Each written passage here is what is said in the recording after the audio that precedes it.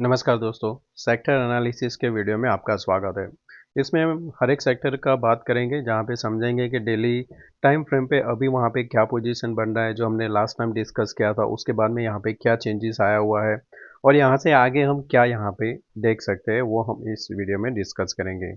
दोस्तों, अगर आप इस चैनल पे नए हो तो प्लीज़ सब्सक्राइब जरूर करना, वीडियो पसंद आया तो लाइक ज़रूर करना और क्या इम्प्रूवमेंट चाहते हो वीडियोस में आप ज़रूर कमेंट में लिखना, तो वो मुझे भी आइडिया आएगा कि आपको क्या पसंद है और आप क्या देखना चाहते हो। तो यहाँ पे पहला जो है निफ्टी ऑटो इंडेक्स, जहाँ पे लास्ट टाइम हमने क्या डिस्कस किया था कि ये जो फॉलिंग ट्रेंड लाइन आ रहा है, जिसका ब्रेकआउट के बाद एक कंफर्मेशन अगर यहाँ पे मिल जाता है तो हायर एंड क्या है, ये प्रीवियसली जो यहाँ पे रेजिस्टेंस बना है उसको रिट्रेस करने जा सकता है। हमने वापस इस लेवल पे आके हमने यहाँ पे फिर से प्रॉफिट मेकिंग देखी है। तो अब आपके लिए क्या हो गया कि इम्पोर्टेंट ये लाइन हो जाएगा, अगर by chance with any reason अगर हमने यहाँ पे ये लेवल को ब्रेक करता है तो फिर यहाँ पे ऑटो इंडेक्स में नेगेटिव हो जाएगा।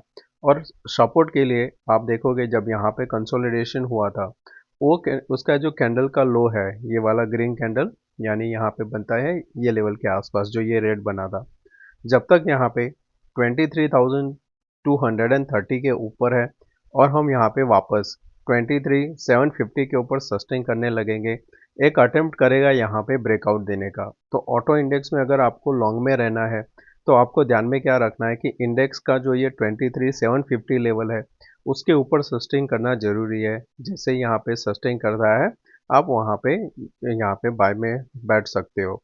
उसमें क्या होता है कि जैसे कि यहाँ पे ऑटो इंडेक्स है, तो आपको कोई भी स्टॉक देखना है तो हमेशा ध्यान में क्या रखना है कि ऑटो इंडेक्स अगर अच्छा परफॉर्म करता है तो उसका जो ऑटो इंडेक्स के स्टॉक्स है पर्टिकुलर, उसमें जाके आपको बेस्ट को देखना है। तो मैंने लास्ट टाइम भी एक वीडियो अपलोड किया था जहाँ पे बताया था कि जीरोधा का ये जो नया अपडेट है, जिसमें जाके आप देख सकते हो सेक्टर वाइज, जैसे यहाँ पे है, आप एक्सप्लोर करके देखोगे तो आपको मिल जाएगा। अगर ऑटो सेक्टर देखना है तो यहाँ पे आपको मिलेगा भी कौन से स्टॉक है, उसमें भी आप फिल्टर कर सकते हो यहाँ पे परफॉर्मेंस के हिसाब से।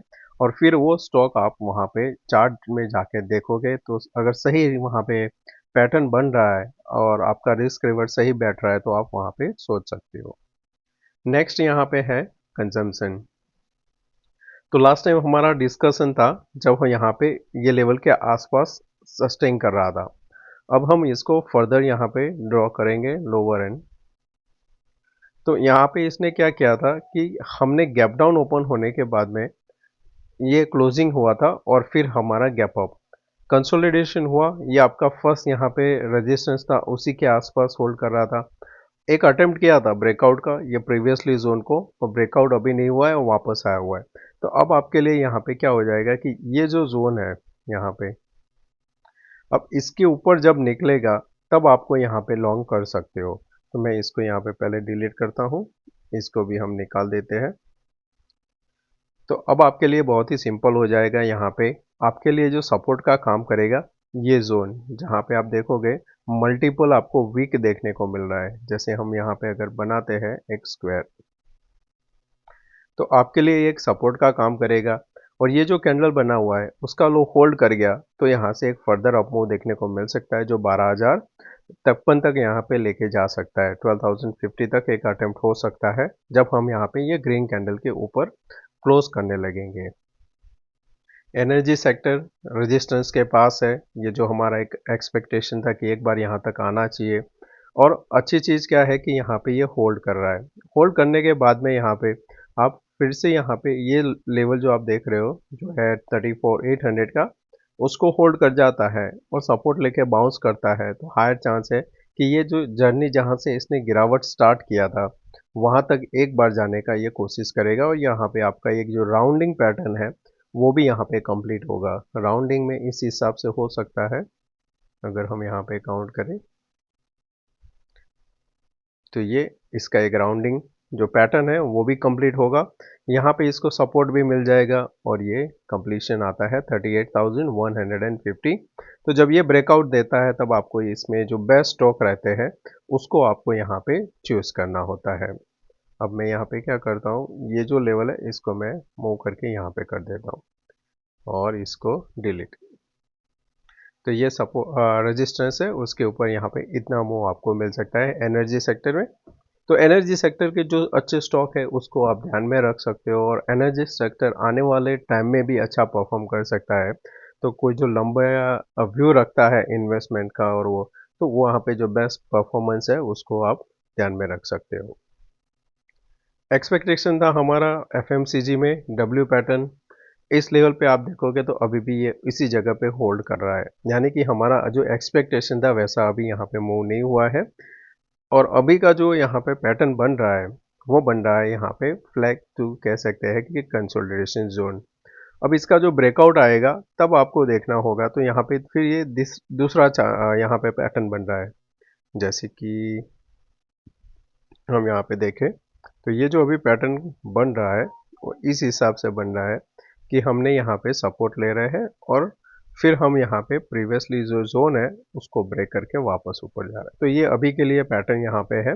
उसके लिए जो ब्रेकआउट होना चाहिए वो यहाँ पे हम यहाँ से भी कंटिन्यू कर सकते हैं, और नहीं तो यहाँ पे भी, दोनों सिमिलर रहेगा।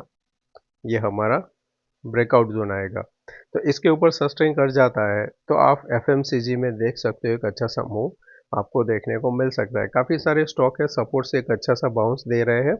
अगर बाइंग उसमें कंटिन्यू आपको देखने को मिलती है तो यहाँ से भी ये आगे एफएमसीजी स्टॉक जा सकते हैं। तो यहाँ पे ध्यान में रखना, ये लेवल बहुत ही इंपॉर्टेंट है जहाँ से हमने 3 बार रिजेक्शन दिया था। ब्रेकआउट के बाद इसके ऊपर एक क्लोजिंग मिलता है, एफएमसीजी स्टॉक में एक अच्छा सा बाइंग देखने को मिलेगा।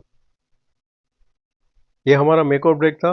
ब्रेकआउट के बाद हम फिर से रेजिस्टेंस के पास है, जो लास्ट टाइम आपका ये सपोर्ट था अब रेजिस्टेंस का काम कर रहा है, और रेजिस्टेंस के आसपास क्लोजिंग हो रहा है। अब ये कंफर्मेशन कब होगा, जब हम यहाँ पे वापस ये हमारा जो 9100 है उसके ऊपर क्लोजिंग कर देंगे, तो फिर ये यहाँ से फर्दर ऊपर जाएगा और ये प्रीवियसली जो जोन है वहाँ तक जाने का कोशिश करेगा।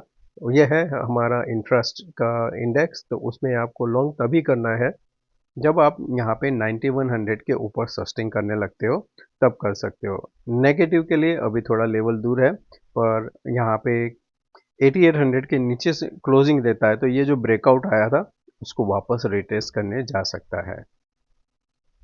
आईटी काफ़ी अच्छा सा चला हुआ है स्टॉक, यहाँ सभी स्टॉक्स ये ब्रेकआउट के बाद रेजिस्टेंस के पास आके फिर से होल्ड किया है, और हायर यहाँ पे चांस है कि यहाँ से एक और अटेम्प्ट कर सकता है। क्यों? क्योंकि आप देखोगे तो प्रीवियसली ये जो कैंडल बना था वो यहाँ पे काफ़ी अच्छा सा बुलिश कैंडल बना हुआ है, और आप देखोगे तो यहाँ पे करीबन 9 दिन इसी कैंडल के अंदर हमने यहाँ पे टाइम स्पेंड किया है। तो हम अगर यहाँ पे वापस 37,880 के ऊपर सस्टेन करते हैं, एक अटेम्प्ट आएगा ब्रेकआउट का। तो आईटी में अगर आपको देखना है तो इसको ध्यान में रख सकते हो। नेगेटिव के लिए थोड़ा अभी टाइम है, क्योंकि जब तक ये जोन नहीं निकलेगा आप यहाँ पे बेरिश नहीं हो सकते हो। साइडवेज हो सकता है पर बेरिश अभी यहाँ पे नहीं है। बेरिश के लिए क्या होगा कि अगर समझो यहाँ पे ब्रेकआउट करता है और वापस आ जाता है ये जोन के अंदर, तब आप यहाँ पे कोई शॉर्ट ट्रेड आप ढूंढ सकते हो आईटी में। मेटल, यहाँ पे एक एक्सपेक्टेशन था डब्ल्यू का जो इसने कंप्लीट किया हुआ है। यहाँ पे देखेंगे तो आरएसआई यहाँ पे पॉजिटिव डाइवर्जन था और ब्रेकआउट के बाद होल्ड भी किया हुआ है। अब आपके लिए इम्पोर्टेंट यहाँ पे क्या हो जाएगा कि ये जो ऊपर से ट्रेंड लाइन आ रहा है यहाँ पे, आप यहाँ पे सेकंड पॉइंट काउंट कर सकते हो। तो जब तक अब यहाँ पे हम ट्रेंड लाइन के ऊपर सस्टेन कर रहे हैं, यहाँ तक एक बार अटेम्प्ट करेगा, जो है 9638 के आसपास है। अच्छा क्लोजिंग भी मिला हुआ है मेटल में। तो हम यहाँ पे ये जो ग्रीन कैंडल है जिसका हाई है 9305, तो उसके ऊपर जैसे सस्टेन करने लगता है मेटल में एक अच्छा सा तेजी आपको देखने को मिल सकता है। तो अगर चार्ट देखें तो टाटा स्टील का भी चार्ट डेली टाइम फ्रेम पे अच्छा लग रहा था, तो वो भी एक बार आप जाके देख सकते हो कि वहाँ पे क्या पैटर्न बना हुआ है। कोई रिकमेंडेशन नहीं है टाटा स्टील का, वो एक चार्ट अच्छा लग रहा था तो नाम आया तो मैंने आपको सजेस्ट कर दिया। फिर मिड कैप यहाँ पे अभी ये जोन था ना, काफ़ी अच्छा सा वॉलेटाइल था। जब भी देखोगे कि एक अच्छा वॉलेटिलिटी के बाद में अगर मूव आता है तो वहाँ पे आपको एक ट्रेंडी मूव देखने को मिलता है। सिमिलरली अगर निफ्टी बैंक निफ्टी में देखेंगे तो लास्ट वीक हमने क्या देखा कि 250 पॉइंट अप 250 पॉइंट डाउन, उस हिसाब से 4 बार हमको देखने को मिला है। तो हायर चांस है कि अब की बार अगर हम यहाँ पे लेवल जिस भी साइड ब्रेक करेंगे एटलीस्ट 500 पॉइंट आपको मूव मिलना चाहिए। तो यानी कि ऊपर में अगर हम 25,000 निकाल देते हैं तो 25 600 700 की ओर जाएंगे, और नीचे की साइड अगर हमने यहाँ पे वापस 24 600 के नीचे ब्रेक किया तो 24,000 की ओर जाएंगे। इस हिसाब से यहाँ पे अभी चल रहा है। सिमिलर पैटर्न यहाँ पे बना था, ब्रेकआउट के बाद कंटिन्यूएशन देखने को मिला है। ये जो नीचे से ट्रेंड लाइन आ रही है उसको यहाँ पे ये सपोर्ट का काम कर रहा है। मैं इसको अभी रिमूव कर देता हूँ। आपका फर्स्ट सपोर्ट का काम करेगा 55,300, अभी जो ब्रेकआउट हुआ है। और ये जो कैंडल है नेगेटिव कैंडल है, ये पॉजिटिव कब होगा, जब हम यहाँ पे ये जो धीरे धीरे ऊपर जा रहे हैं यहाँ पे जाके क्लोज करेंगे तब यहाँ पे होगा। अनलेस क्या होगा, हम यहाँ से फर्दर नीचे आएंगे, ये सपोर्ट लेके फिर से हम ऊपर जाएंगे, तब आपके लिए एक अच्छा सा ट्रेड बन सकता है ऊपर की साइड के लिए। तो ऊपर में आपके पास अभी भी जगह है, जहाँ पे जो प्रीवियसली हाई 61,000 था वहाँ तक जाने के लिए कंडीशन क्या है कि हमें यहाँ पे होल्ड करना चाहिए 57,000 के ऊपर। फार्मा में थोड़ा प्रॉफिट बुकिंग देखने को मिला था। यहाँ पे एक एक्सपेक्टेशन था कि अगर हम यहाँ पे ये जोन को निकाल देते हैं तो हमें 23,550 तक जाते हुए देखेगा। पर जो अभी पैटर्न बन रहा है ये थोड़ा एक नेगेटिव पैटर्न कह सकते हो। मैं अभी इसको ये सबको रिमूव करता हूँ। मैं नेगेटिव क्यों बोल रहा हूँ, इसको यहाँ पे कनेक्ट करता हूँ। ओके, नेगेटिव इसलिए कि यहाँ पे एक एम पैटर्न सा दिख रहा है, साथ में RSI नेगेटिव यहाँ पे है। तो अगर इसको एम पैटर्न करना है तो यहाँ पे इसको सस्टेन करना पड़ेगा 21,300 के नीचे। अगर 21,300 के नीचे जाता है, पहला आपका नेक पॉइंट आएगा 20,850 तक, फिर यहाँ पे होल्ड करके ब्रेक डाउन देता है तो ये पूरा जो तेजी है पूरा जा सकता है। कब, जब यहाँ पे एम पैटर्न कंफर्मेशन होता है। ऊपर के लिए ब्रेकआउट के लिए कंफर्मेशन मिलेगा आपको जब हम 22,300 के ऊपर सस्टेन करेंगे, एक ब्रेकआउट मिलेगा जो ऊपर में करीबन 1200 पॉइंट यहाँ पे बनता है। तो ये एक फिर से क्या होगा, राउंडिंग पैटर्न कंप्लीट होगा। साथ में यहाँ पे क्या होगा कि ये जो कंसोलिडेशन होता है उसका 1:2 के आसपास ब्रेकआउट यहाँ पे मिल सकता है। PSU बैंक स्ट्रेंथ तो दिखा रहा है, पर यहाँ पे देखोगे तो जो लास्ट टाइम आपको सेलिंग देखने को मिला था उसके पहले ही सेलिंग यहाँ पे स्टार्ट हुआ है। अभी यहाँ पे हायर चांस है कि वापस ये जोन के आसपास आके सपोर्ट लेता है तो एक अच्छा सा बाइंग मिलेगा। नहीं तो हमें वापस 67-80 के ऊपर कंप्लीट करना पड़ेगा, तब जाके हमें मिल सकता है। सेकंड चीज़ क्या है कि जो RBI का डिविडेंड का आया हुआ है एक थोड़ा पॉजिटिव बन सकता है PSU के लिए, क्योंकि गवर्नमेंट के पास पैसा आएगा तो वहाँ पे स्पेंड होगा। वो यहाँ पे अगर फैक्टर होता है तो आपको एक अच्छा सा PSU में रैली देखने को मिलेगा। रियलिटी इंडेक्स अभी सपोर्ट से थोड़ा दूर है, जो ब्रेकआउट हुआ था ये कंफर्मेशन हुआ है, और ये सेकंड ब्रेकआउट, फर्स्ट वाला ये ब्रेकआउट है, कंफर्मेशन लिया, सेकंड ब्रेकआउट यहाँ पे हुआ है। आज हमने काफ़ी सारे चार्ट देखे जहाँ पे मैंने बताया कि ये प्रीवियसली जोन को ब्रेकआउट देना चाहिए, तो आप देखोगे जैसे यहाँ पे ब्रेकआउट मिलता है कंटिन्यू जा सकता है। तो अभी भी इसमें जगह है 960 का, तो पहला एक अटेम्प्ट हो सकता है 960, उसके बाद में फिर से यहाँ पे स्टडी करेंगे for the target of 1000। Small cap अच्छा बाइंग हो रहा है अभी, वापस इन्वेस्टर में थोड़ा कॉन्फिडेंस बढ़ा हुआ है तो यहाँ पे आपको देखने को मिल रहा है कि अच्छा सा बाइंग भी हो रहा है। ब्रेकआउट के लिए यहाँ पे अभी भी 17,900 के ऊपर सस्टेन करना जरूरी है। ब्रेकआउट मिल गया तो ये जो प्रीवियसली जोन है उसको हम वापस रिटेस्ट कर सकते हैं। फिबोनाची के हिसाब से देखें तो अभी जो जोन है वो 50 के ऊपर सस्टेन कर रहा है। तो जब तक 50 के ऊपर है, जो प्रीवियस ट्रेंड है वो कंटिन्यूशन हो सकता है। 61 के आसपास हम फिर से इसको स्टडी करेंगे। 61 ये बनेगा कहीं पे 18,100 के आसपास। बाकी सेंसेक्स, बैंक निफ्टी और निफ्टी मैंने ऑलरेडी डिस्कस किया हुआ है। और फिन निफ्टी में ये आपका फर्स्ट लेवल था, उसी के आसपास ही अभी तक सस्टेन कर रहे हैं, तो इसमें कोई मेजर चेंजेस नहीं है। यहाँ पे ब्रेकआउट मिलता है तो आप 27,000 तक जा सकते हो, और मंथली एक्सपायरी है तो ज़्यादातर हमने नोटिस किया है कि मंथली एक्सपायरी के टाइम पे बजाज ट्विंस एक अच्छा सा मूव देते हैं और अच्छा एक्सपायरी आपको फिन निफ्टी में मिलता है। जब तक ये बजाज फाइनेंस 9180 के ऊपर है आपको शॉर्ट नहीं करना चाहिए।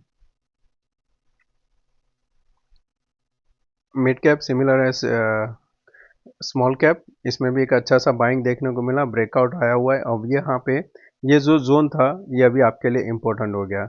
यहाँ पे मैं इसको मैं डिलीट करता हूँ। ये जोन जो आपका ब्रेकआउट पॉइंट था, ये ये ब्रेकआउट है। वापस हमने रिटेस्ट लिया, यहाँ पे सपोर्ट लिया हुआ है। अब आपके लिए यहाँ पे इम्पोर्टेंट है 12,700। जैसे ये 12,700 के ऊपर निकलेगा, फर्स्ट आपको देखने को मिलेगा 12,900 और 13,000 तक का एक सफ़र यहाँ पे हो सकता है।